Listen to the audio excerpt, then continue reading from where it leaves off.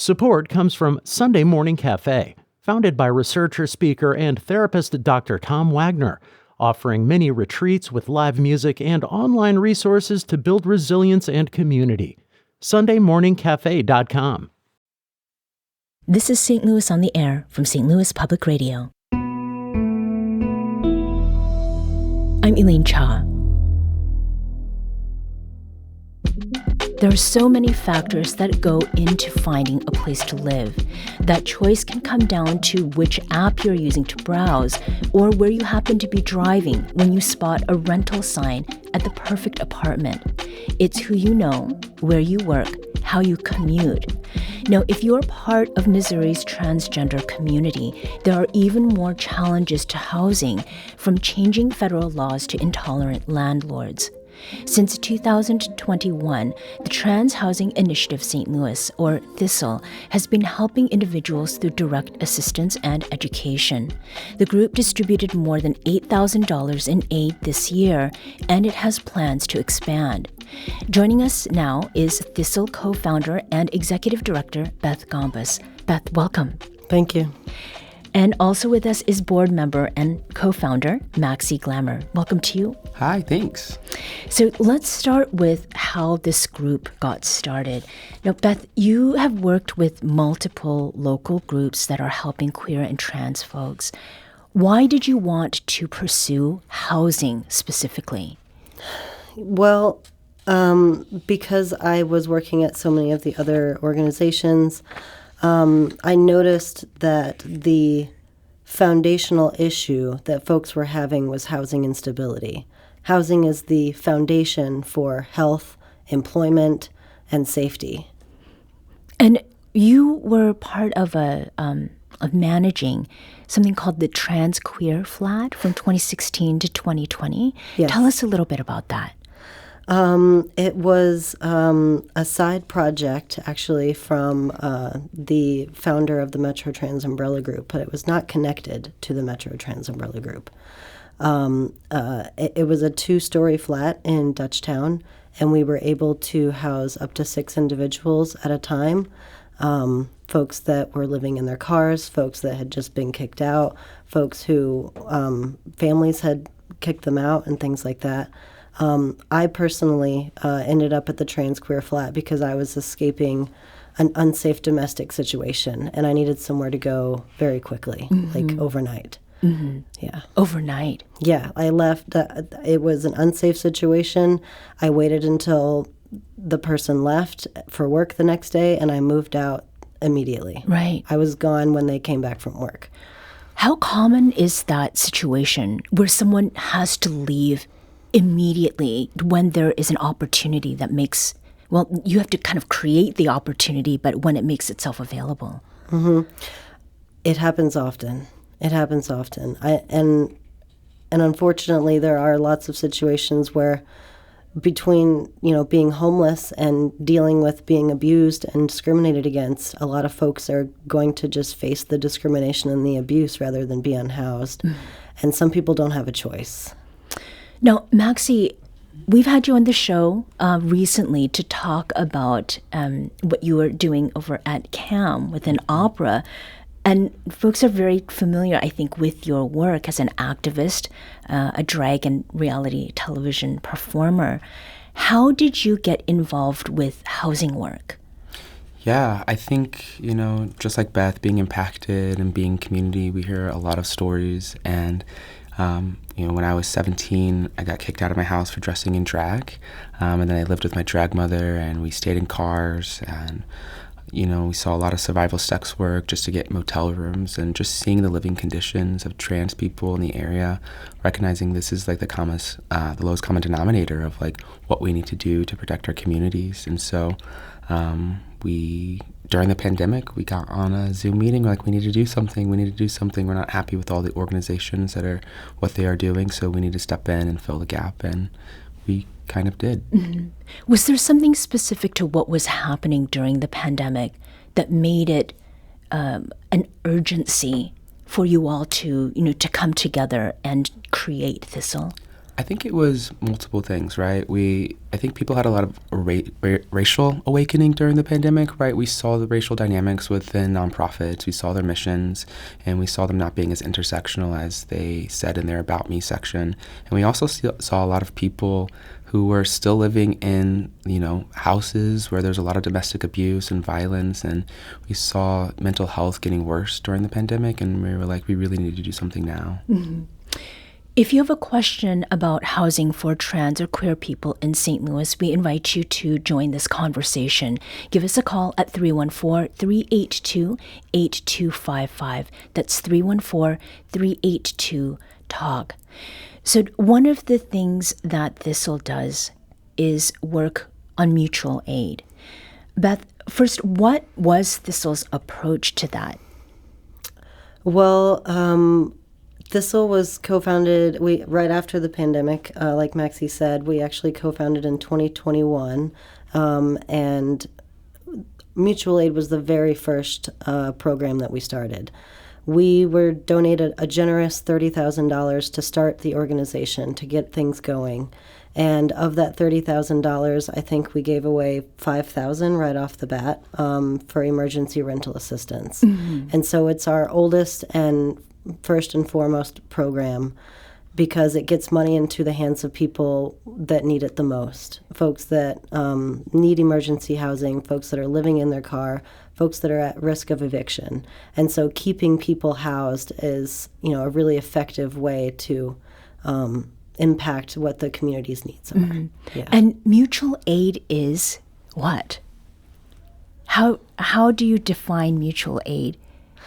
Well, it is community funds given back to the community, I think. Maxi, would you agree? Yeah, I think a lot of times we see mutual aid and charity being words that are at odds with one another, but also we see sometimes they're being conflated with one another. And I think that sometimes we do see the mutual aid we're doing is giving charity to the community, but I think it's just a little bit more than just giving people handouts, but just making sure that people can build themselves up, because we don't just have mutual aid. We pay people to take classes to learn about financial empowerment, about navigating the housing system. And so for us, mutual aid is not just giving people resources, but giving people resources that are with a trajectory. Mm-hmm. And these are people who are directly impacted by these challenges that trans and non-gender conforming people are facing, right, Beth? Absolutely, yeah, systemic inequalities. Mm-hmm.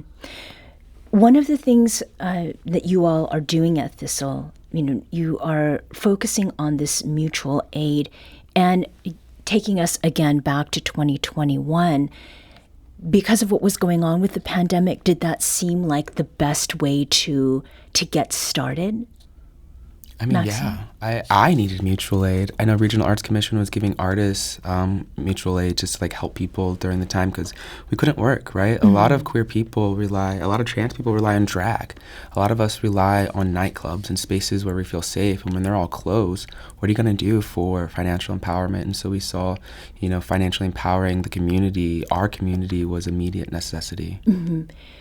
There was also an early effort, as I understand, to study this issue, mm-hmm. and you eventually started a 6-week program with the City of St. Louis's Treasurer's Office. Tell us about that, Maxi.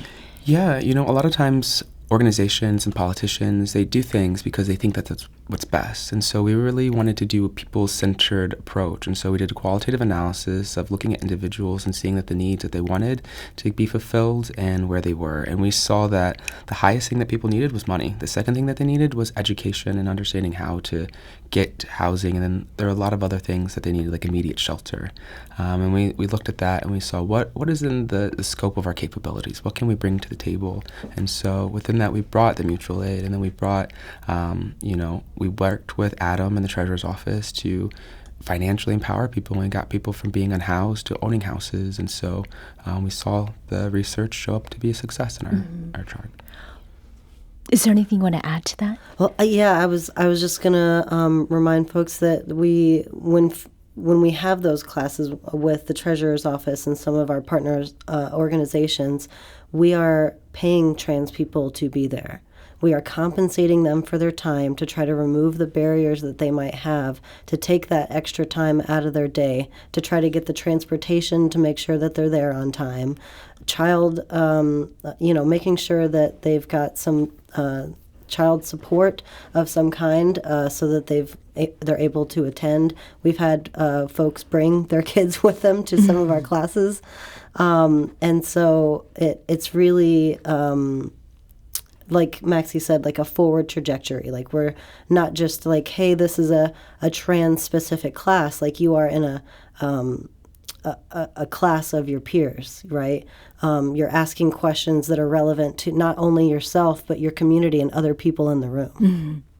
We're going to take a very quick break, but we'll be back shortly to continue this conversation. This is St. Louis on the Air on St. Louis Public Radio.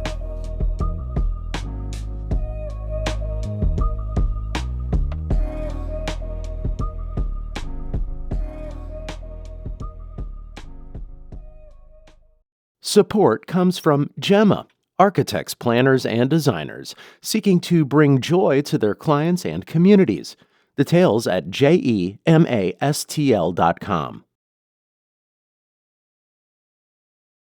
Welcome back. Let's return to our conversation about the housing challenges facing trans and gender non-conforming people. We're talking with co-founder and executive director of THISTL, Beth Gombos, and Maxi Glamour, also a THISTL co-founder.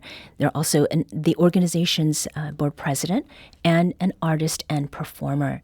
Before the break, we were talking about some of the supports that THISTL offers, not only through mutual aid, but also with education.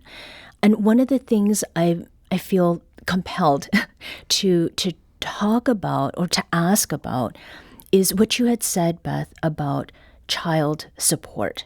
I think that there's a temptation to think of trans and gender non-conforming people as individuals, not connected to families. But the family part is really important, right, Beth? Yeah, absolutely. Trans folks do have kids.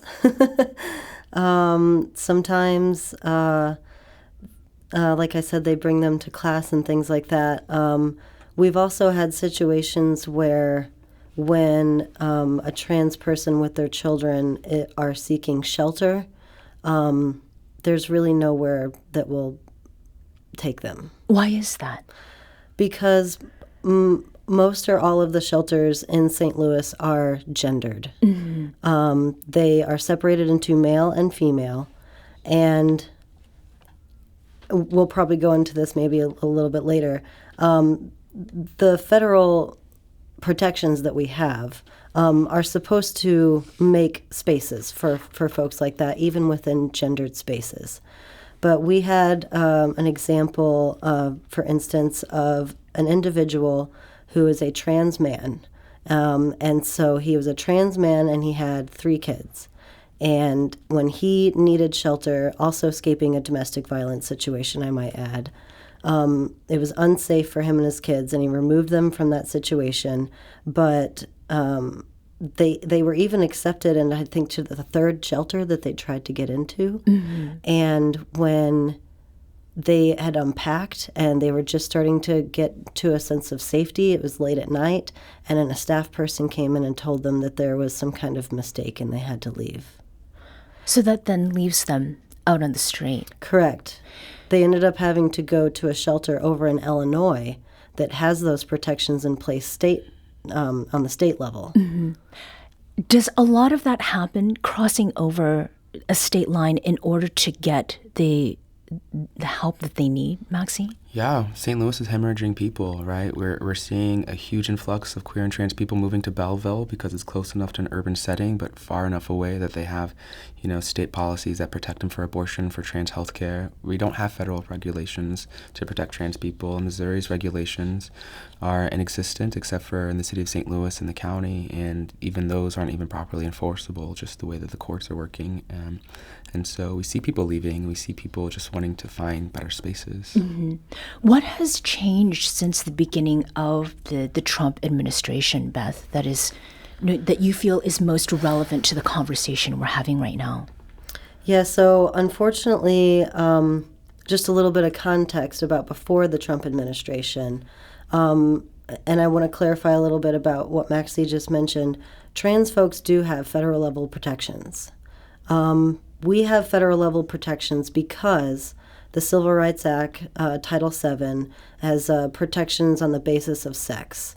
And in 2020, the Bostock versus Clayton County Supreme Court decision said that gender identity, gender expression are intrinsically tied to sex. So therefore, gender discrimination is sex discrimination.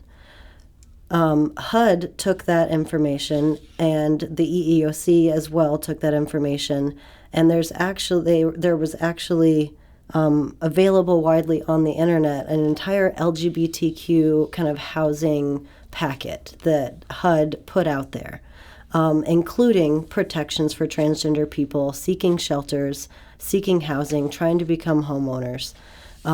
Whenever the Trump administration came in and started changing a bunch of things, they scrubbed all of it from the HUD websites.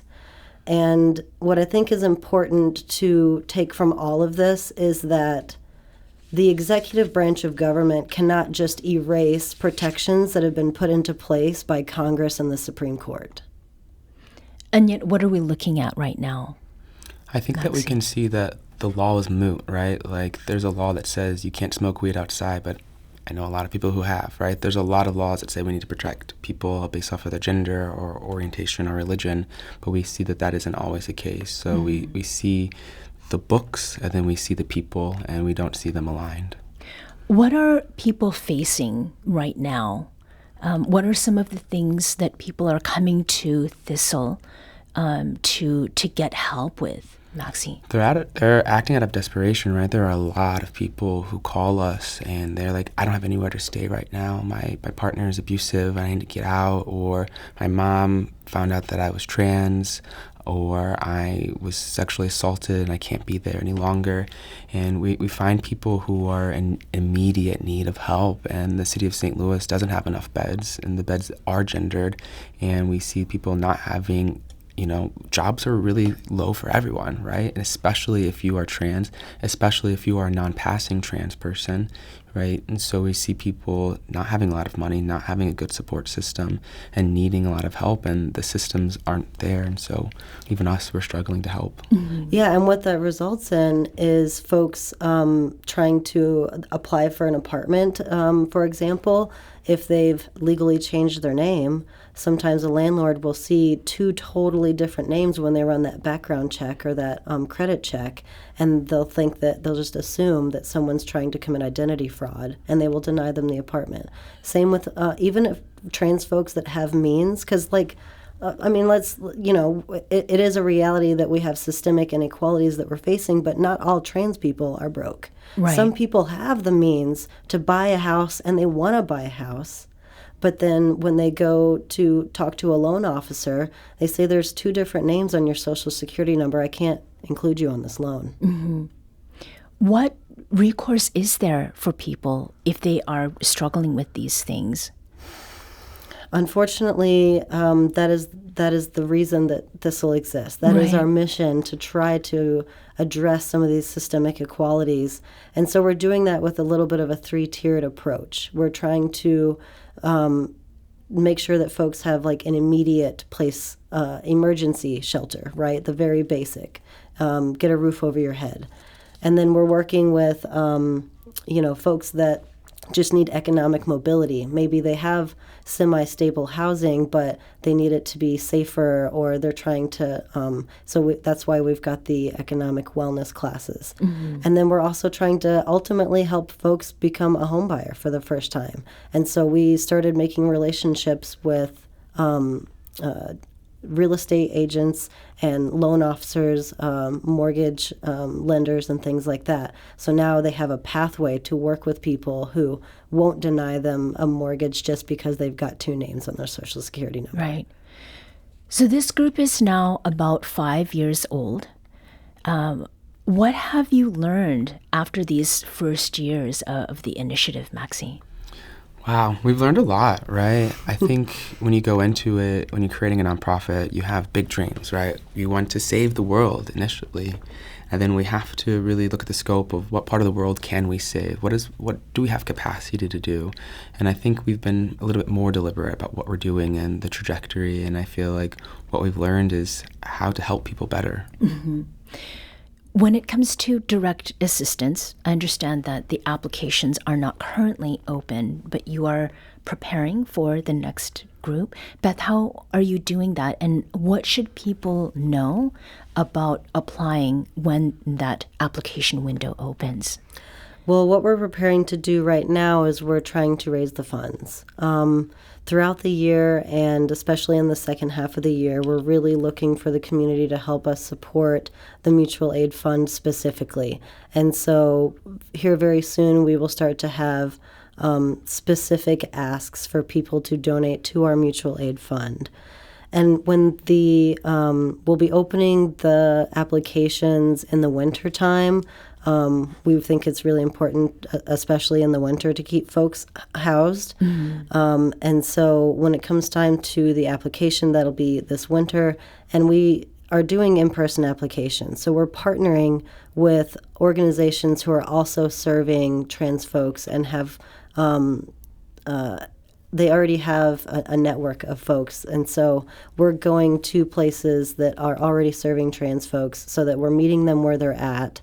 And can do a short little 5 or 10 minute sit down with them. It's very low barrier. They don't have to provide any type of ID or anything like that, or proof of anything. Mm-hmm. We just need to know who they are, what they're going through, and how, what kind of help that they need. Yeah.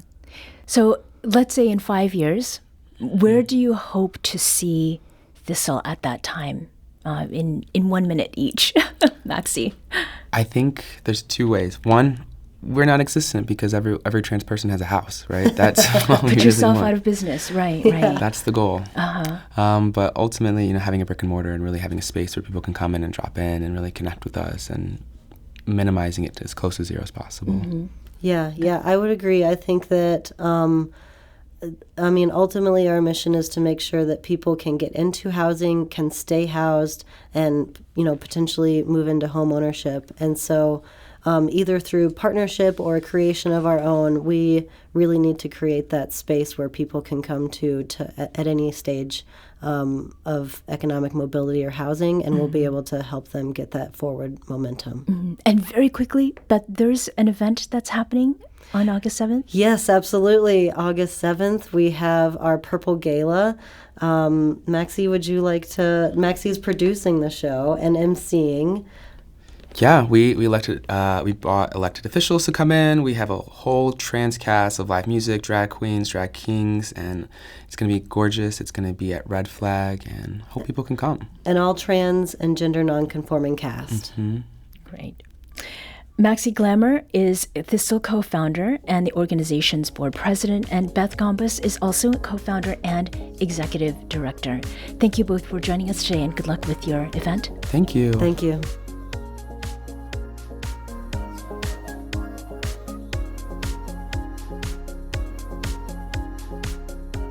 This episode was produced by Danny Wissentowski. Audio engineering and podcast design by Aaron Dorr. Our executive producer is Alex Hoyer. St. Louis on the Air is a production of St. Louis Public Radio.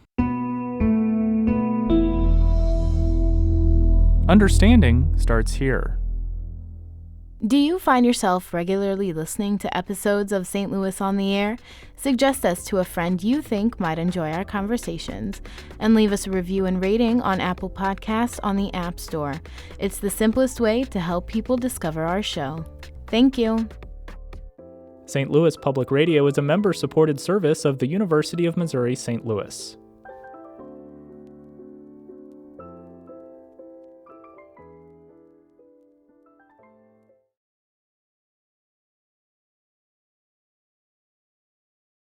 Hi, I'm Laura Hamden, and my colleague Jessica Rogan and I are your daily hosts of the Gateway newsletter.